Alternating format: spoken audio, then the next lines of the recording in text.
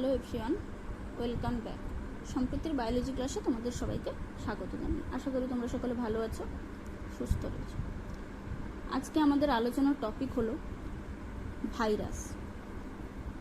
Virus কাকে বলবো? নিউক্লিয় প্রোটিন দ্বারা গঠিত অকোষীয় সূক্ষ্মাতি সূক্ষ্ম রোগ সৃষ্টিকারী বাধ্যতামূলক পরজীবী, যেটা কেবলমাত্র পোষক কোষেই প্রজননে সক্ষম এবং ইলেকট্রন অণুবীক্ষণ যন্ত্রে দৃশ্যমান জীব ও জড়ের মধ্যবর্তী পর্যায়ের বস্তুকে ভাইরাস বলে। তাহলে কি বললাম? নিউক্লিয় প্রোটিন দ্বারা গঠিত অকোষীয় সূক্ষ্মাতি সূক্ষ্ম রোগ সৃষ্টিকারী বাধ্যতামূলক পরজীবী, কেবলমাত্র পোষক কোষেই প্রজননে সক্ষম, ইলেকট্রন অণুবীক্ষণ যন্ত্রে দেখা যায়, মাইক্রোবস বলা হয় তাই, এমন জীব ও জড়ের মধ্যবর্তী পর্যায়ের এক প্রকার বস্তুকে ভাইরাস বলা হয়। তাহলে ভাইরাসের বৈশিষ্ট্যগুলো কি কি হবে?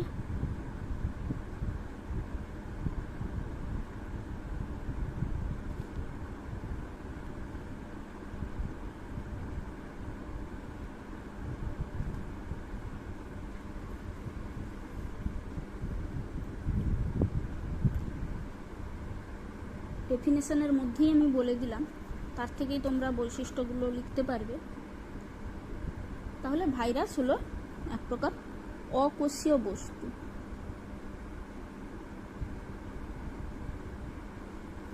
অকোষীয়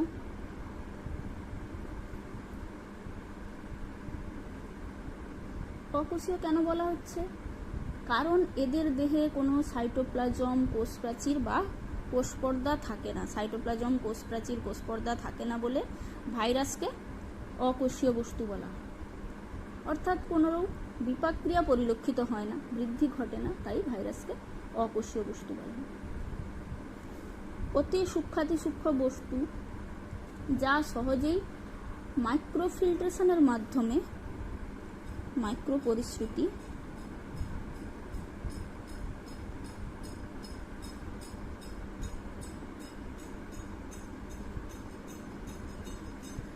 অর্থাৎ মাইক্রোফিল্ট্রেশনের মাধ্যমে সূক্ষ্ম ছিদ্রের মধ্য দিয়ে সহজেই অতিক্রম করতে পারে এবং কেবলমাত্র ইলেকট্রন অণুবীক্ষণ যন্ত্রে দৃশ্যমান। বোঝা গেল? নেক্সট, এরা কেবলমাত্র নির্দিষ্ট পোষক কোষে প্রজননক্ষম এবং পোষক কোষের বাইরে কিন্তু এরা জড়ের ন্যায় আচরণ করে। তাহলে এদের প্রজনন কিন্তু পোষক কোষের বাইরে ঘটে না।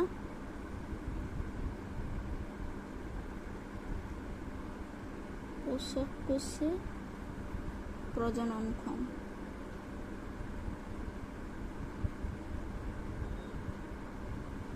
অর্থাৎ শুধুমাত্র এরা পোষক কোষেই প্রজনন করতে পারে, পোষক কোষের বাইরে জড়ের ন্যায় আচরণ করে।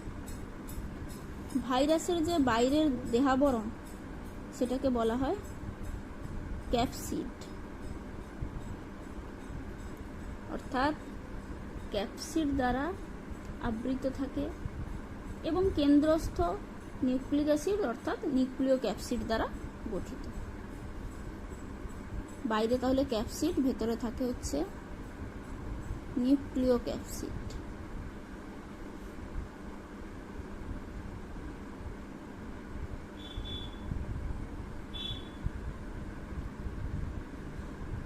আচ্ছা, এরপরে নেক্সট বৈশিষ্ট্য কি হতে পারে? প্রাণী ভাইরাসের ক্ষেত্রে যে ক্যাপসিড থাকে, ক্যাপসিডের বাইরে এনভেলাপ থাকে, যে আবরক স্তর থাকে সেটাকে বলা হয় কি? এনভেলাপ। কিন্তু এই এনভেলাপ কিন্তু শুধুমাত্র প্রাণী কোষে থাকে, উদ্ভিদ কোষে কিন্তু কোনো এনভেলাপ থাকে না। এক মিনিট দাঁড়াও, স্ট্যান্ডটাকে একটু তুলে নিই, দিলে খাতাটা পুরো ফোকাসটা ভালোভাবে হবে। এবারে আশা করি দেখা যাচ্ছে। তাহলে কি বললাম? প্রাণী ভাইরাসের ক্ষেত্রে ক্যাপসিডের বাইরে একটি আবরক থাকে যেটাকে বলা হয় এনভেলাপ বলা হয়। এই এনভেলাপ কিন্তু না নিউক্লিক অ্যাসিড অর্থাৎ নিউক্লিয় ক্যাপসিড দ্বারা গঠিত হয়। এই এনভেলাপ গঠিত হয় কি দ্বারা তাহলে বললাম? নিউক্লিয় ক্যাপসিড দ্বারা।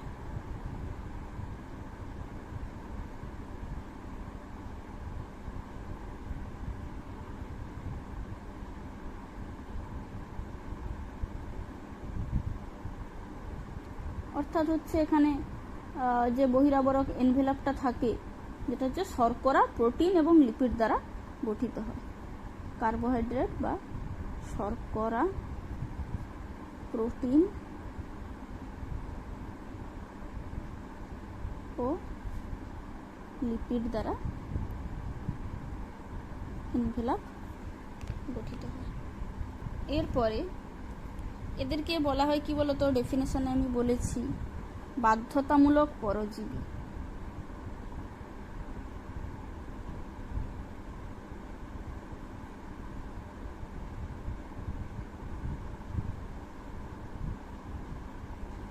বাধ্যতামূলক পরজীবী বা অব্লিগেট প্যারাসাইট বলা হয়।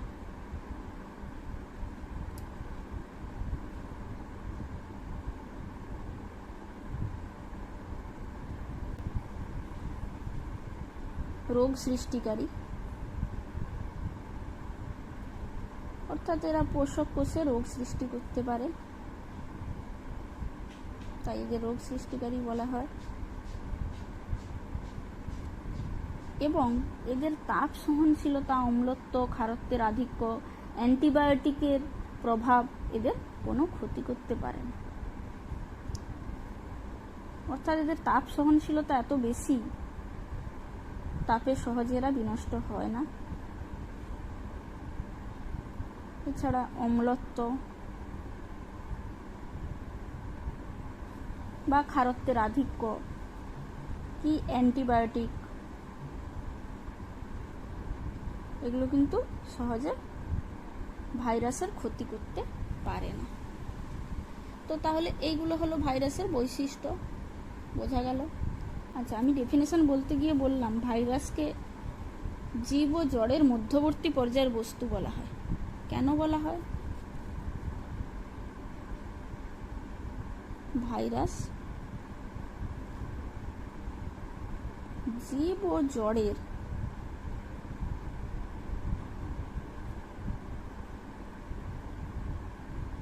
মধ্যবর্তী বস্তু। কেন? কারণ কি? ভাইরাসের ক্ষেত্রে কিছু কিছু বৈশিষ্ট্য দেখা যায় যেগুলো হচ্ছে প্রাণের লক্ষণ বা সজীব বৈশিষ্ট্য, আর কিছু কিছু জড়ের লক্ষণ বা অজৈব বৈশিষ্ট্যও দেখা যায়। সজীব বৈশিষ্ট্যগুলো কি কি?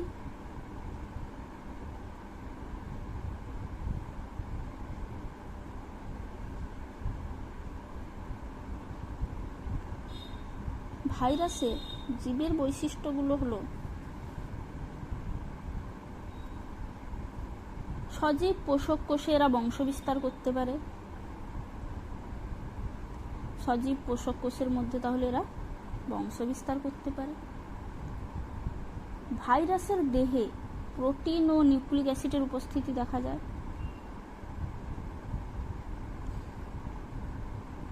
জীবের মতো, অর্থাৎ নিউক্লিক অ্যাসিড মানে ডিএনএ অথবা আরএনএ থাকবে।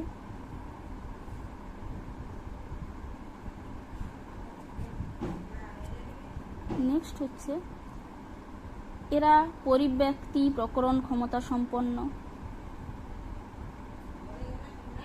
পরিব্যক্তিতে সক্ষম, প্রকরণে সক্ষম, এগুলো হচ্ছে জীবের মতো বৈশিষ্ট্য। এছাড়াও এরা পোষক কোষের বাইরে পোষক কোষের রাইবোজোমকে ব্যবহার করে এরা প্রোটিন সংশ্লেষ করতে পারে। পোষক কোষের রাইবোজোমকে ব্যবহার করে এরা প্রোটিন সংশ্লেষে সক্ষম, প্রোটিন সংশ্লেষ করতে পারে। আচ্ছা, এইগুলো গেল জীবের বৈশিষ্ট্য। এবারে জড়র বৈশিষ্ট্যগুলো কি কি?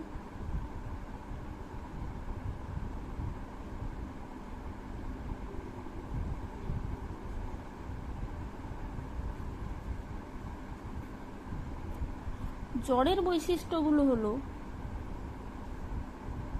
ভাইরাসের দেহে সাইটোপ্লাজম, কোষ প্রাচীর, কোষ পর্দা, কোষীয় অঙ্গাণু এগুলো থাকে না জ্বরের মতো। সাইটোপ্লাজম, কোষ প্রাচীর, কোষ পর্দা থাকে না।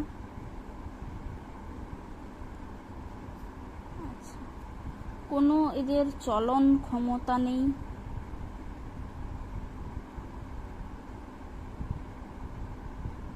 বহিস্থ উদ্দীপনায় তাই এরা সাড়া দিতে পারে না।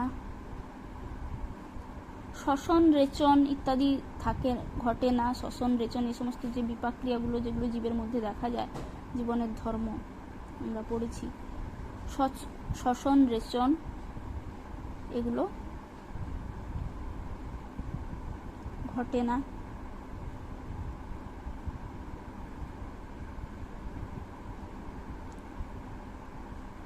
এবং পোষক দেহের বাইরে এরা জড় পদার্থের মতো নিষ্ক্রিয় আচরণ করে।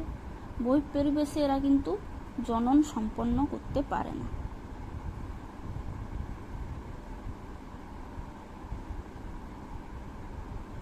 বহিঃপরিবেশে তাহলে জননে অক্ষম। তো এই সমস্ত কারণগুলোর জন্য এখানে দেখতে পাচ্ছি তাহলে আমরা ভাইরাসের মধ্যে কিছু কিছু জড়ের বৈশিষ্ট্যও দেখতে পাচ্ছি, আবার কিছু কিছু জীবজ বৈশিষ্ট্যও দেখতে পাচ্ছি। এই কারণেই ভাইরাসকে আমরা বলবো জীব ও জড়ের মধ্যবর্তী পর্যায়ের বস্তু। বোঝা গেল?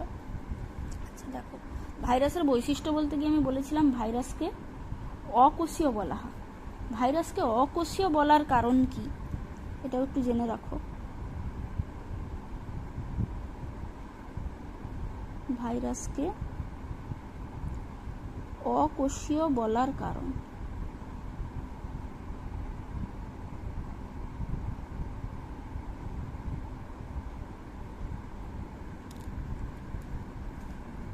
ভাইরাসকে অকোষীয় বলা হয় কারণ এদের কোষের জৈবনিক প্রক্রিয়ার জন্য ন্যূনতম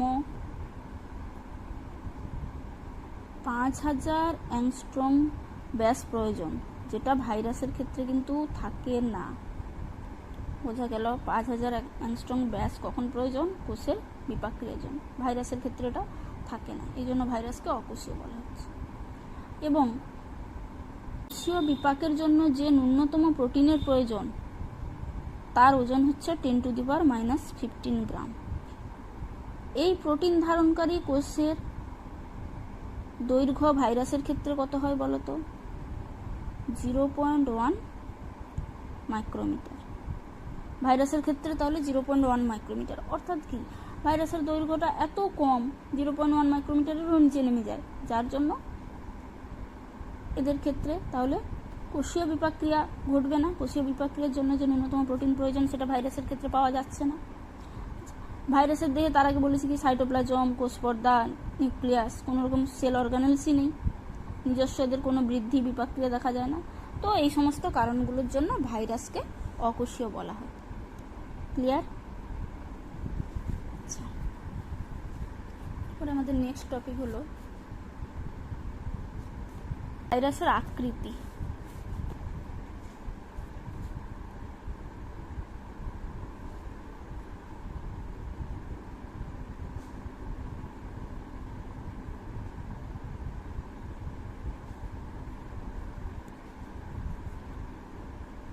আকৃতি অনুযায়ী ভাইরাসকে 5টি ভাগে ভাগ করা হয়। একটা হলো গোলাকার বা যেটাকে বলা হয় স্ফেরিক্যাল। এটা অনেকটা গোলাকার ক্ষুদ্র গল্ফ বলের মতো আকৃতি হয়। 10 to 15 ন্যানোমিটার এর ব্যাস। উদাহরণ কি হবে? অ্যাজ ফর এক্সাম্পল বলতে পারি পোলিও, ইনফ্লুয়েঞ্জা, এই সমস্ত ভাইরাস। ধরো আকৃতিটা দেখতে অনেকটা এরকম হয়, গোলাকার গোলাকার।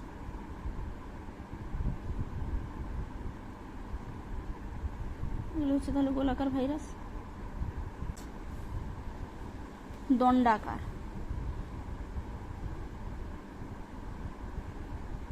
বা যেটাকে বলা হচ্ছে রড শেপেড। সমস্ত ভাইরাসের আকৃতি দণ্ডের মতো। এদের ক্ষেত্রে দৈর্ঘ্য প্রায় 300 ন্যানোমিটার হয়ে থাকে। উদাহরণ হবে আলুর ব্লাইট বা তামাক গাছের পাতায় যে ভাইরাসটা পাওয়া যায়, টিএমভি বলা হয়, টোবাকো মোজাইক ভাইরাস, এটা হচ্ছে দণ্ডাকার ভাইরাসের উদাহরণ। এরকম দণ্ডাকার।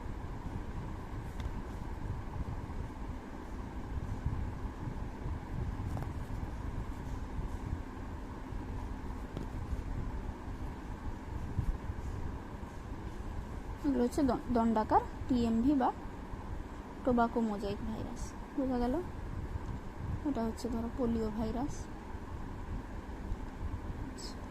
তাহলে গোলাকার, দণ্ডাকার। তারপরে হচ্ছে,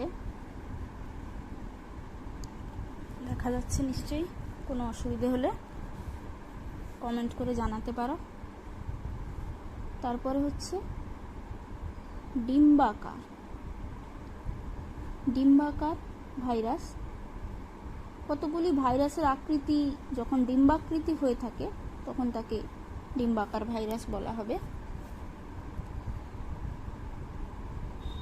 এরকম ডিম্বাকৃতির ভাইরাস।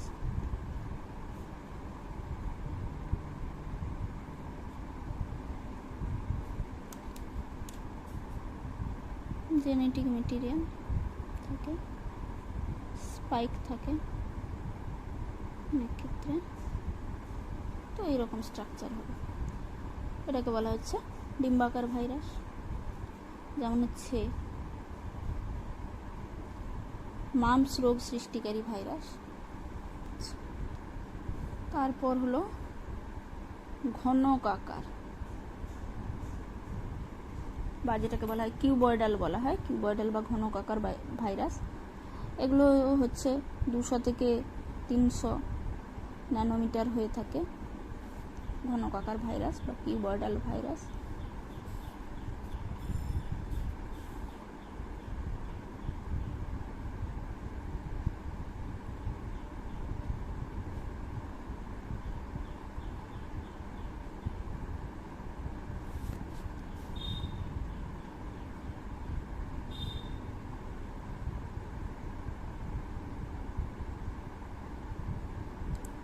এরকম স্ট্রাকচার অনেকটা দেখা যায়, এটাকে বলা হচ্ছে কিউবয়েডাল বা ঘনক আকার ভাইরাস।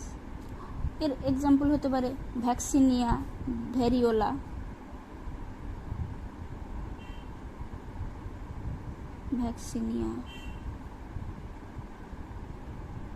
ভেরিওলা।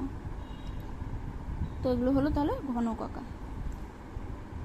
আচ্ছা, লাস্ট ওয়ান ইজ শুক্রাণু বা ব্যাঙাচি আকৃতির।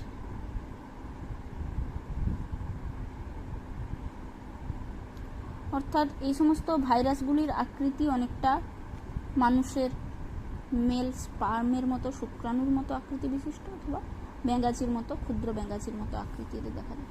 অর্থাৎ এদের দেহটি মস্তক এবং পুচ্ছ নিয়ে গঠিত হয়। যেমন হচ্ছে ব্যাকটেরিওফাজ।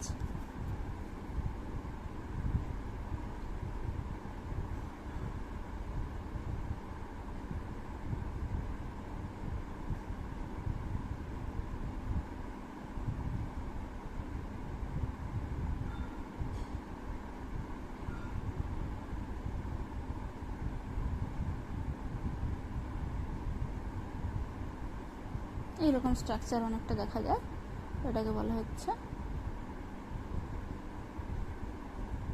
ব্যাকটেরিওফাজ। তো এই ব্যাকটেরিওফাজ বা ফাজ ভাইরাস T2 অথবা T4 ব্যাকটেরিওফাজ, অর্থাৎ এই সমস্ত ভাইরাসগুলির আকৃতি শুক্রাণু বা ব্যাঙাচির মতো, ক্ষুদ্র ব্যাঙাচির মতো আকৃতি বিশিষ্ট হয়। এদের দেহটা মস্তক ও পুচ্ছ নিয়ে গঠিত হয়। আচ্ছা, নেক্সট আসছি রোগ সংক্রমণের প্রকৃতি অনুযায়ী ভাইরাসের শ্রেণীবিভাগ।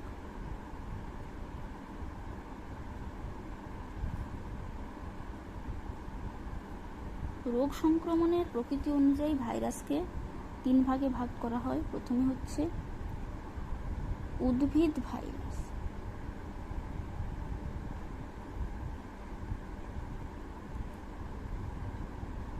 অর্থাৎ যেসব ভাইরাস উদ্ভিদ দেহে বংশ বিস্তার করে এবং উদ্ভিদ দেহে বিভিন্ন রোগ সৃষ্টি করে তাদের বলা হয় উদ্ভিদ ভাইরাস।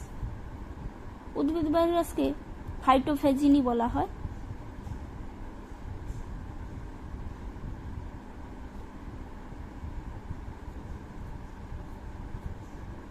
উদ্ভিদ ভাইরাসের এক্সাম্পল হবে TMV tobacco mosaic virus, BMV bean mosaic virus ইত্যাদি। পিএমভিও হতে পারে। যাই হোক, নেক্সট হচ্ছে প্রাণী ভাইরাস।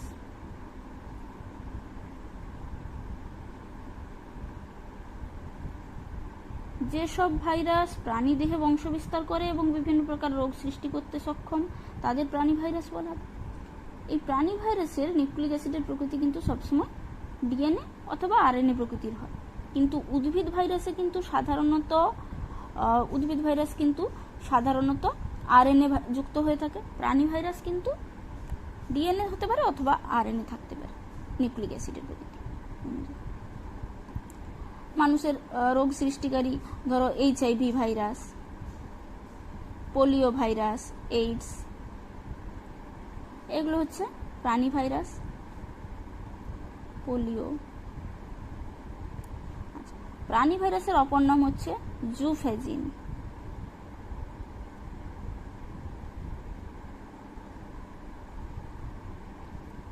নেক্সট ফাজ ভাইরাস। ফাজ ভাইরাস কাদের বলবো?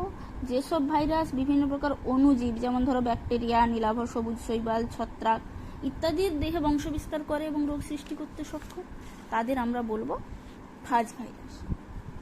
এরা সাধারণভাবে ব্যাকটেরিওফাজ নামে পরিচিত।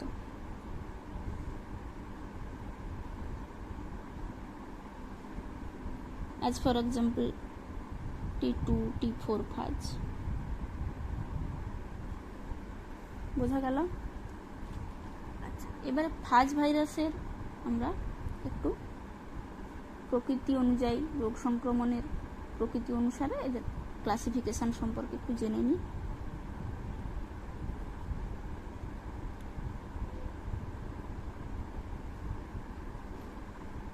ফাজ ভাইরাসকে আবার ভাগ করা হয়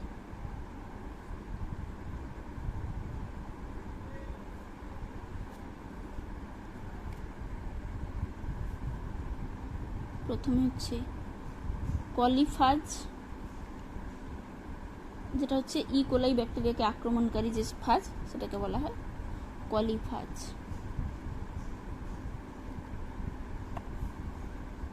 তারপরে হচ্ছে সায়ানোফাজ, যেটা হচ্ছে সায়ানো ব্যাকটেরিয়া নীলাভ সবুজ শৈবালকে আক্রমণ করে।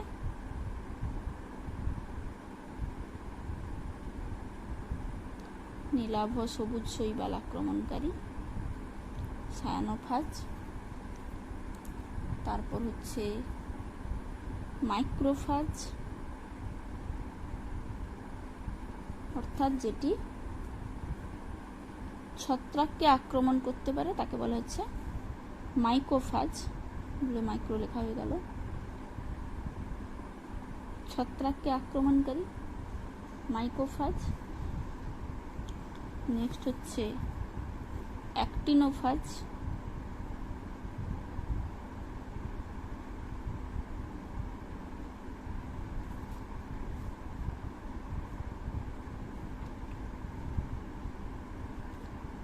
তারপরে ফাইকোফাজ,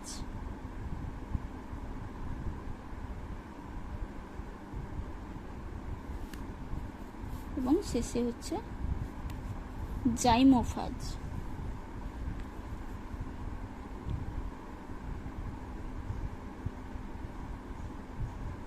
অর্থাৎ দেখো তাহলে কলিফাজ কি বললাম? ইকোলাই ব্যাকটেরিয়াকে যখন আক্রমণকারী ফাজকে আমরা বলবো কলিফাজ। সায়ানোফাজ নীলাভ শৈবালকে আক্রমণকারী ফাজ। মাইক্রোফাজ ছত্রাককে আক্রমণকারী ফাজ। অ্যাক্টিনোফাজ হচ্ছে অ্যাক্টিনোমাইসিটিসকে আক্রমণকারী।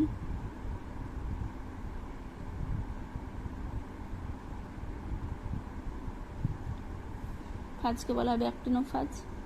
ফাইকোফাজ হচ্ছে শৈবালকে আক্রমণকারী ফাজকে বলা হবে ফাইকোফাজ, এবং জাইমোফাজ হলো যেটা ইস্টকে আক্রমণকারী ফাজ, সেটাকে বলা হবে জাইমোফাজ।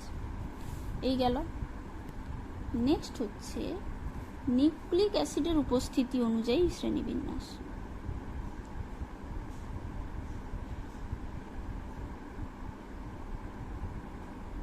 নিউক্লিক অ্যাসিডের উপর ডিপেন্ড করে ভাগ করা হবে ভাইরাসকে তিনটে ভাগে। একটা হচ্ছে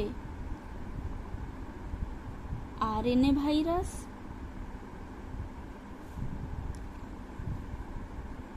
ডিএনএ ভাইরাস এবং রেট্রো ভাইরাস।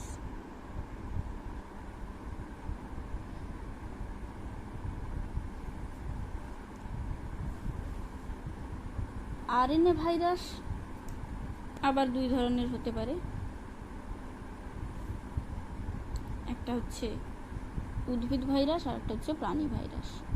আমি বললাম যে হচ্ছে আরএনএ ভাইরাস উদ্ভিদের ক্ষেত্রে শুধুমাত্র, কিন্তু ম্যাক্সিমাম উদ্ভিদের ক্ষেত্রে আক্রমণকারী যে সমস্ত ভাইরাস তার নিউক্লিক অর্থাৎ হচ্ছে জেনেটিক মেটেরিয়াল বা হচ্ছে নিউক্লিক অ্যাসিডের প্রকৃতিটা হচ্ছে আরএনএ প্রকৃতির, রাইবো নিউক্লিক অ্যাসিড প্রকৃতির। আর প্রাণী ভাইরাসের ক্ষেত্রে কি হতে পারে, ডিএনএ অথবা আরএনএ, দুই ধরনের হতে পারে। তো ম্যাক্সিমাম তাহলে উদ্ভিদ ভাইরাস আরএনএ প্রকৃতির, টিএমভি, পিএমভি, বিএমভি হবে। প্রাণী virus polio, influenza,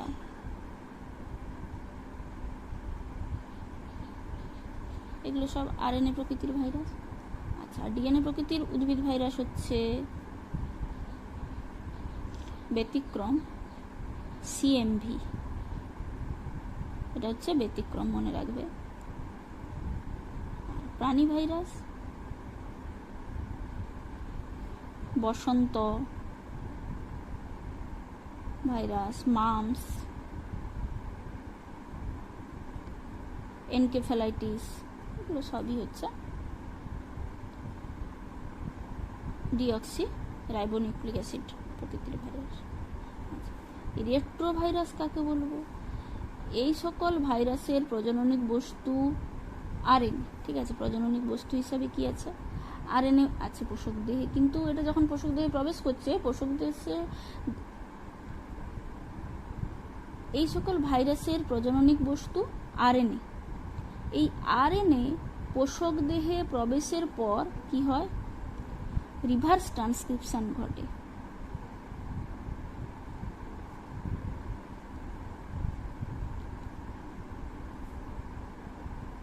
reverse transcription প্রক্রিয়ায় এখানে এক ধরনের এনজাইম রিভার্স ট্রান্সক্রিপ্টেজ বলা হয়, সেই এনজাইমের সাহায্যে আরএনএকে ডিএনএতে ট্রান্সফর্ম করে দিচ্ছে, এটাকেই বলা হয় রেট্রোভাইরাস।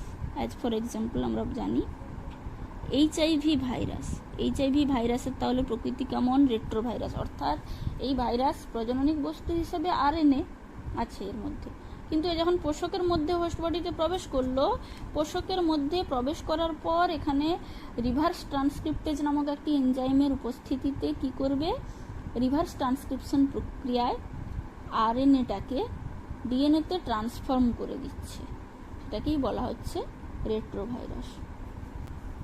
এরপরে জননের প্রকৃতি অনুযায়ী ভাইরাসকে দুটো ভাগে ভাগ করা হয়।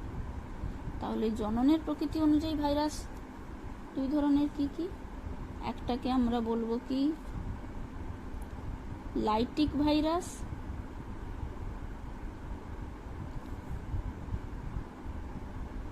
আর একটাকে বলবো লাইসোজেনিক ভাইরাস।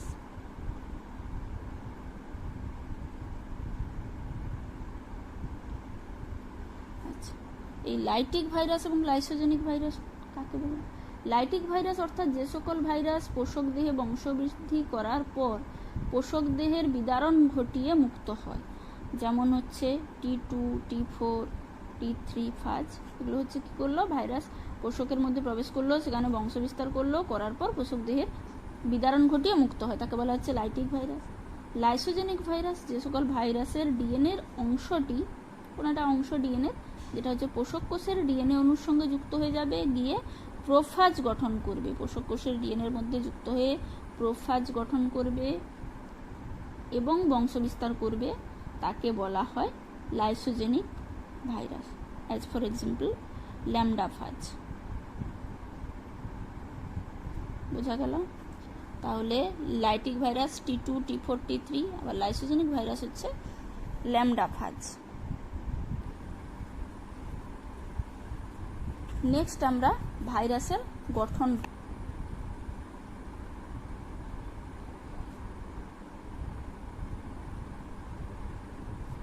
বা স্ট্রাকচার অফ ভাইরাস।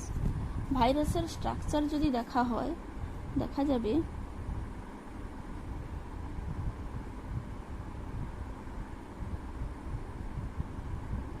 আমি একটু ছবিটা এঁকে নিচ্ছি, দিলে তোমাদের বুঝতে আরো সুবিধে হবে।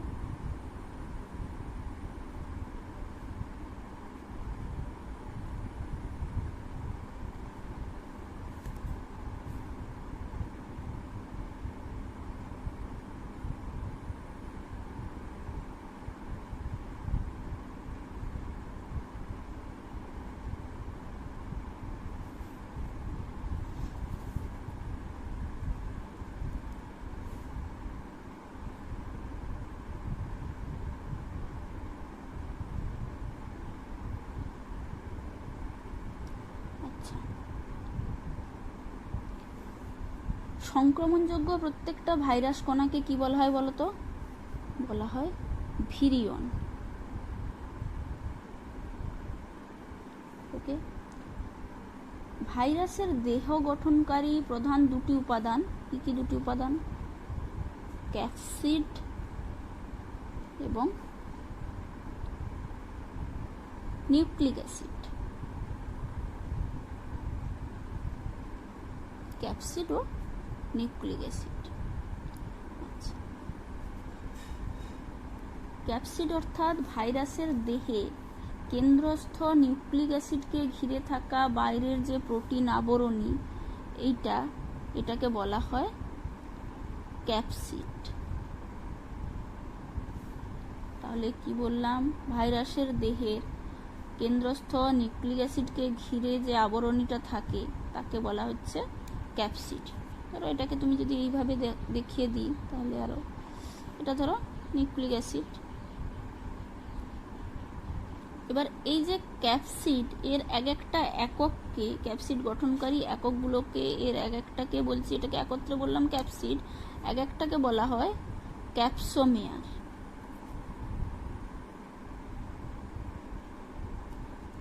ক্যাপসোমেয়ার, এটা তো বললাম, এটা হচ্ছে জেনেটিক মেটেরিয়াল। ডিএনএ হতে পারে অথবা আরএনএ হতে পারে, যে ভাইরাসের ক্ষেত্রে যা আছে, অর্থাৎ নিউক্লিক অ্যাসিড বলে দিতে পারি জেনেটিক মেটেরিয়াল। দ্যাট মিনস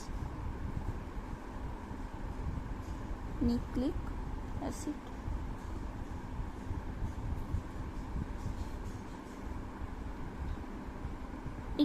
তাহলে ক্যাপসিড বাইরের যে আবরক স্তর, এবার এই ক্যাপসিডের কাজ কি? ক্যাপসিডের কাজ হলো ভাইরাস জিনোমকে রক্ষা করা, ভেতরের যে জেনেটিক মেটেরিয়ালকে রক্ষা করা, এবং পোষক দেহ আক্রমণের সময় ভাইরাসকে গ্রাহক স্থানে যুক্ত হতে সাহায্য করে।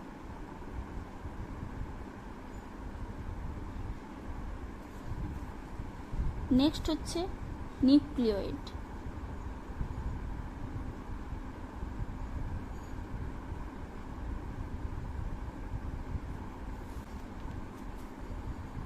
অর্থাৎ ডিএনএ অথবা আরএনএ। ক্যাপসিড মধ্যস্থ নিউক্লিক অ্যাসিডকে বলা হয় নিউক্লিয়েট। এটাকে আমরা বলছি নিউক্লিয়েট, নিউক্লিক অ্যাসিড। নিউক্লিয়েট সাধারণত কয়েক হাজার নিউক্লিয়েট জোড়া থেকে নিউক্লিওটাইড জোড়া পর্যন্ত হয় এবং জিনের সংখ্যা 10 থেকে কয়েক শত পর্যন্ত হয়ে থাকে। নিউক্লিয়েট যেমন ডিএনএ এবং আরএনএ। ডিএনএ ধরো আবার দুই ধরনের হতে পারে, ডিএসডিএনএ মানে হচ্ছে ডাবল স্ট্র্যান্ড ডিএনএ বা এসএসডিএনএ, যেমন হচ্ছে সিঙ্গেল স্ট্র্যান্ড ডিএনএ।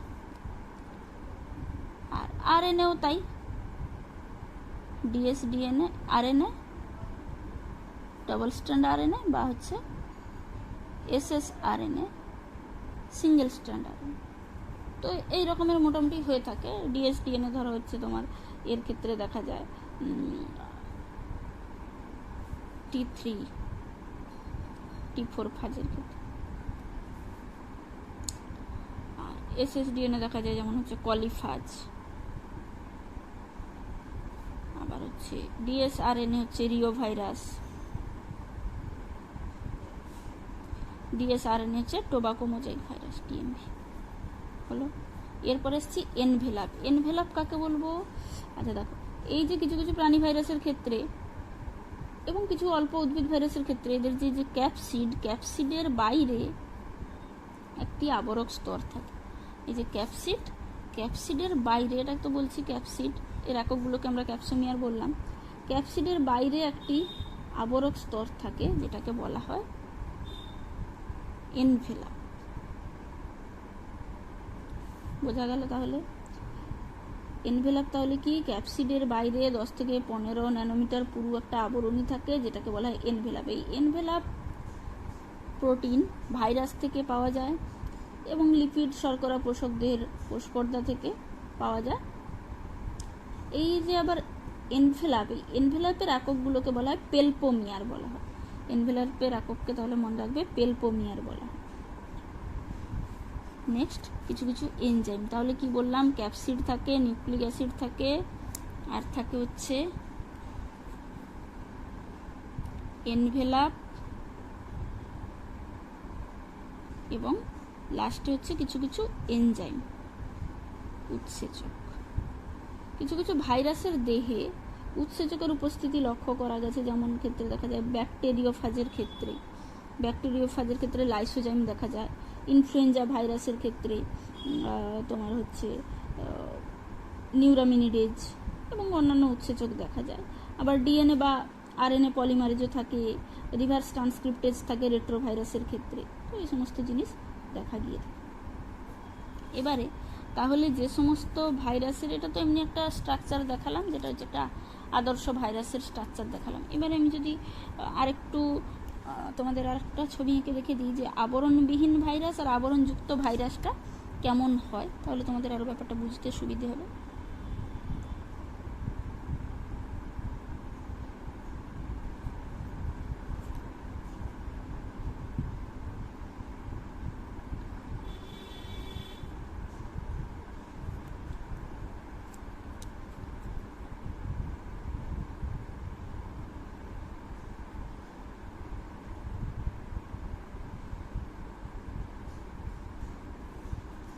ধরো এটা হচ্ছে আবরণবিহীন ভাইরাস, অর্থাৎ এগুলো হচ্ছে এককগুলো ক্যাপসোমিয়ার একত্রিত হয়ে ক্যাপসিড গঠন করলো। এর এক একটিকে আমরা বলছি কি?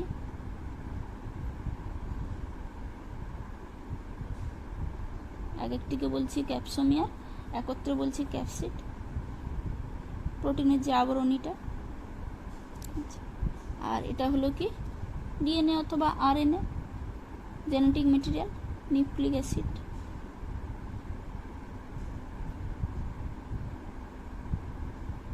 এটাকে আমরা বলবো তাহলে এটা হচ্ছে আবরণবিহীন, এর কোনো আবরণই নেই। এটা হচ্ছে আবরণবিহীন ভাইরাস।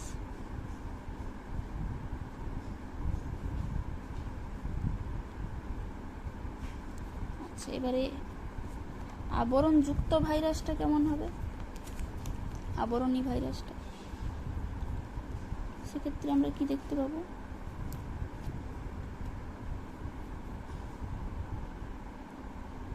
জেনেটিক মেটেরিয়াল ডিএনএ আছে, তার বাইরে এরকম ক্যাপসিড আছে।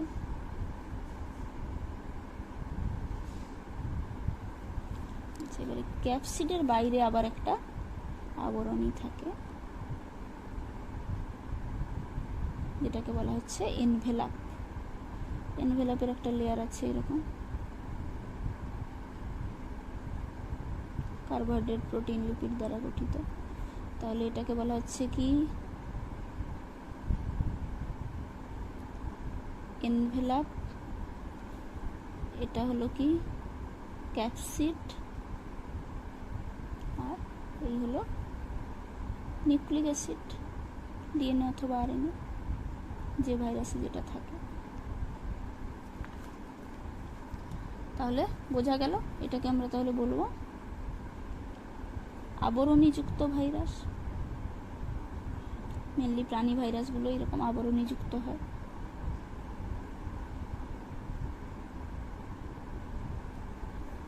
ক্লিয়ার? তাহলে এটা হচ্ছে আবরণবিহীন ভাইরাস, এটা হচ্ছে আবরণীযুক্ত ভাইরাস। এরপরে আজকে আমাদের লাস্ট টপিক যেটা, এরপরে আমাদের শেষে, একদম শেষের মাথায় চলে এসেছি, জাস্ট রিপ্রোডাকশানটা জেনে নেব, দিলে মোটামুটি ভাইরাস কমপ্লিট হয়ে যাবে।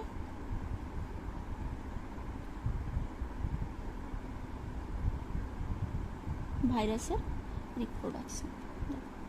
রিপ্রোডাকশান ভাইরাসের ক্ষেত্রে ভাইরাসের জনন এবং বংশবৃদ্ধি কেবলমাত্র পোষক কোষের মধ্যেই ঘটে, অর্থাৎ পোষক দেহে প্রবেশের পর এরা বিভাজনের পরিবর্তে নিজ আকৃতির প্রতিরূপ গঠন করে এবং বংশবৃদ্ধি করে থাকে। ইকোলাই ব্যাকটেরিয়ার ক্ষেত্রে যে দুটি পদ্ধতিতে এরা জনন সম্পন্ন করে সেটাকে বলা হয়, একটাকে বলা হয় লাইটিক চক্র, আরেকটিকে বলা হয় লাইসোজেনিক চক্র। আমি দুই দিকে দুটো লাইটিক চক্র, লাইসোজেনিক চক্র দেখিয়ে তোমাদের বুঝতে সুবিধে হবে। লাইটিক চক্র আর লাইসোজেনিক চক্র।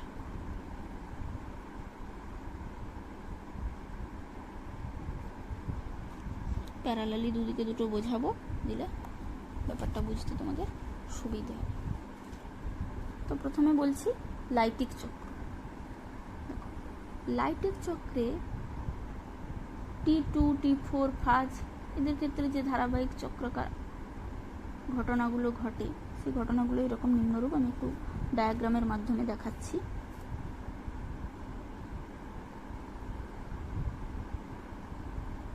এটা ধরো একটা ব্যাকটেরিয়া, ঠিক আছে। এবার এই ব্যাকটেরিয়ার মধ্যে, ব্যাকটেরিয়ার সঙ্গে ব্যাকটেরিওফাজ এসে সংযুক্ত হলো। এটা তাহলে কি? এটা হচ্ছে ব্যাকটেরিওফাজ, এটা হচ্ছে ব্যাকটেরিয়া। তো তাহলে ব্যাকটেরিয়ার প্রাচীরে এসে ব্যাকটেরিওফাজ, এখানে একটা গ্রাহক অংশ থাকে, সেই গ্রাহক অংশে এসে ব্যাকটেরিওফাজ যুক্ত হল। যুক্ত হওয়ার পর কি ঘটবে? ব্যাকটেরিওফাজ এসে যুক্ত হওয়ার পর ব্যাকটেরিয়ার প্রাচীরটাকে বিদীর্ণ করে দিবে। ব্যাকটেরিয়ার প্রাচীরকে ভেঙে দিয়ে ব্যাকটেরিওফাজ তার যে জেনেটিক মেটেরিয়াল এর মধ্যে প্রবেশ করিয়ে দেবে। এটা তো হচ্ছে ব্যাকটেরিয়ার ডিএনএ, এই যে আগে থেকেই আছে ব্যাকটেরিয়ার ডিএনএ। এবারে কি করলো? ব্যাকটেরিওফাজ যখন এসে ব্যাকটেরিয়ার গায়ে গ্রাহক স্থানে সংলগ্ন হলো, তখন কি হলো? ব্যাকটেরিয়ার কোষ প্রাচীর বিদীর্ণ হয়ে গেল। বিদীর্ণ হয়ে গিয়ে ব্যাকটেরিওফাজের যে ডিএনএ, এটা হচ্ছে ফাজ ডিএনএ। ব্যাকটেরিওফাজের ডিএনএ, ফাজ ডিএনএকে এর মধ্যে এখানে ব্রেক করে দিয়ে ভেতরে প্রবেশ করিয়ে দেবে। প্রবিষ্ট হয়ে যাওয়ার পর কি ঘটবে? তো প্রবেশ করিয়ে দিয়েছে, এইটা ফাজ ডিএনএ প্রবেশ করে গেছে, এবং এখানে কিছু কিছু এনজাইম, এটা হচ্ছে ফাজ ডিএনএ। আচ্ছা, আর ব্যাকটেরিয়ার ডিএনএটাকে, এই যে ব্যাকটেরিয়ার ডিএনএটা ছিল, এটাকে খণ্ড করে দেবে, খণ্ডিত করে দেবে, এবং খণ্ডিত করে দেবে।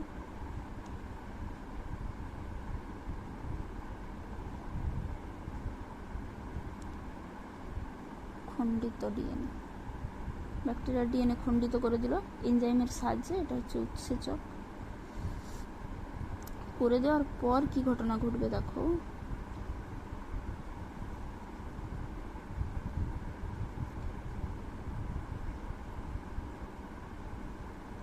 এখানে ভাইরাসের জিনোম সৃষ্টি হবে, অর্থাৎ ডিএনএ কোষক কোষের যাবতীয় বিপাক্রিয়াগুলো নিজের নিয়ন্ত্রণে নিয়ে আসবে। অপত্য ফাজ ভাইরাস গঠনের জন্য প্রয়োজনীয়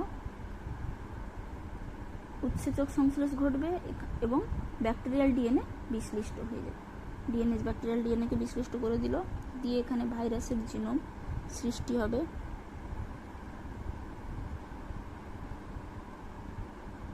ভাইরাস জিনোম তৈরি করবে। তারপরে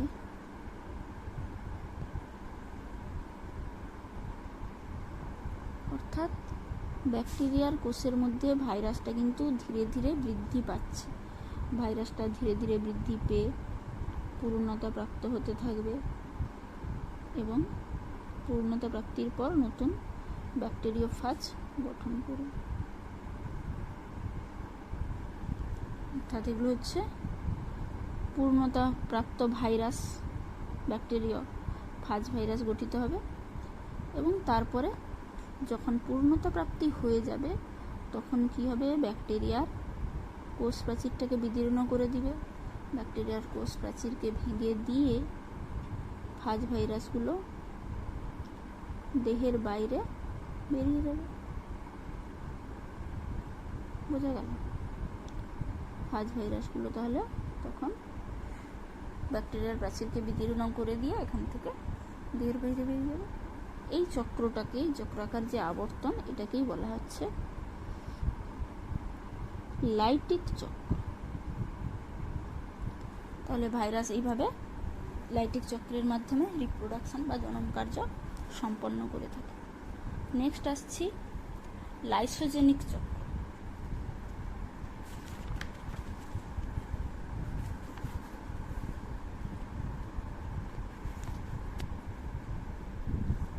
অর্থাৎ ইকোলাই ব্যাকটেরিয়াকে আক্রমণকারী ফাজের জীবনচক্রে লাইসোজেনিক চক্র দেখা যায় বলে এটাকে বলা হয় কি বলতো, টেম্পারেন্ট ফাজ বলা হয়।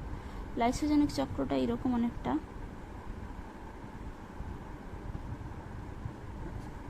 এটা হচ্ছে ব্যাকটেরিয়াল ডিএনএ, ব্যাকটেরিয়ার মধ্যে আছে ব্যাকটেরিয়াল ডিএনএ। এবারে এখানে এসে ল্যামডা ফাজ লাইসোজেনিক চক্র দেখা যায়। ধরো ল্যামডা ফাজ এসে এখানে সংযুক্ত হলো। সংযুক্ত হলে কি হবে, সংযুক্ত হয়ে যাওয়ার পর সে কি করবে, সব ব্যাকটেরিয়ার প্রাচীর বিদীর্ণ করে দেবে।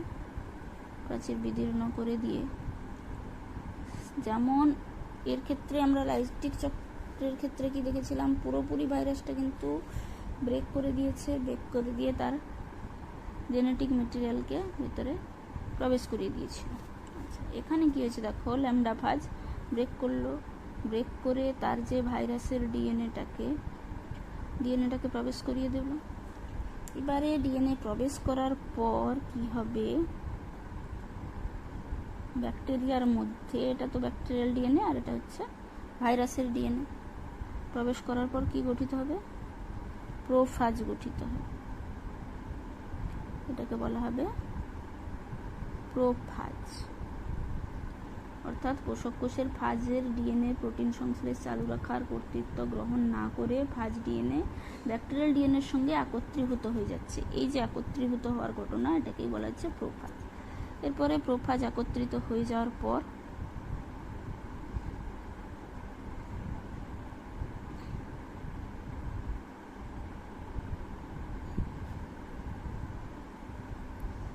প্রোফাজ একত্রিত হয়ে গেল। এরপর একত্রীভূত ফাজ এবং ব্যাকটেরিয়াল ডিএনএ প্রোফাজ অংশটি প্রতিলিপি গঠনের মাধ্যমে ব্যাকটেরিয়ার কোষে অনির্দিষ্ট কাল ধরে বংশবৃদ্ধি করতে থাকবে এবং প্রয়োজনে কি হবে, ব্যাকটেরিয়াল ডিএনএটার থেকে এরকম বিচ্ছিন্ন হয়ে গেল, প্রয়োজনে বিচ্ছিন্ন হয়ে গিয়ে আলাদা করে সাইটোপ্লাজমে যুক্ত হয়ে দুটো আলাদা টেম্পারেন্ট ফাজ তৈরি করবে এবং সেই ফাজগুলি ব্যাকটেরিয়ার কোষ প্রাচীর বিদীর্ণ করে মুক্ত হয়ে যাবে। এরপরের স্টেপে দেখো, টেম্পারেন্ট ফাজ গঠন করবে ভাইরাল জিনোমে মুক্ত, ভাইরাল জিনোম থেকে এখানে একত্রিত ছিল, এবার এখান থেকে মুক্ত হয়ে যাবে, ভাইরাল জিনোম থেকে মুক্ত হয়ে গেল, মুক্ত হয়ে গিয়ে এরপরে এটা কোষ প্রাচীর বিদীর্ণ করে দেবে, বিদীর্ণ করে এখান থেকে দেহের বাইরে এরকম নির্গত হয়ে যাবে, ব্যাকটেরিয়ার থেকে ল্যামডা ফাজ বেরিয়ে যাবে। এই যে চক্রাকার আবর্তন, এটাকেই বলা হচ্ছে লাইসোজেনিক চক্র।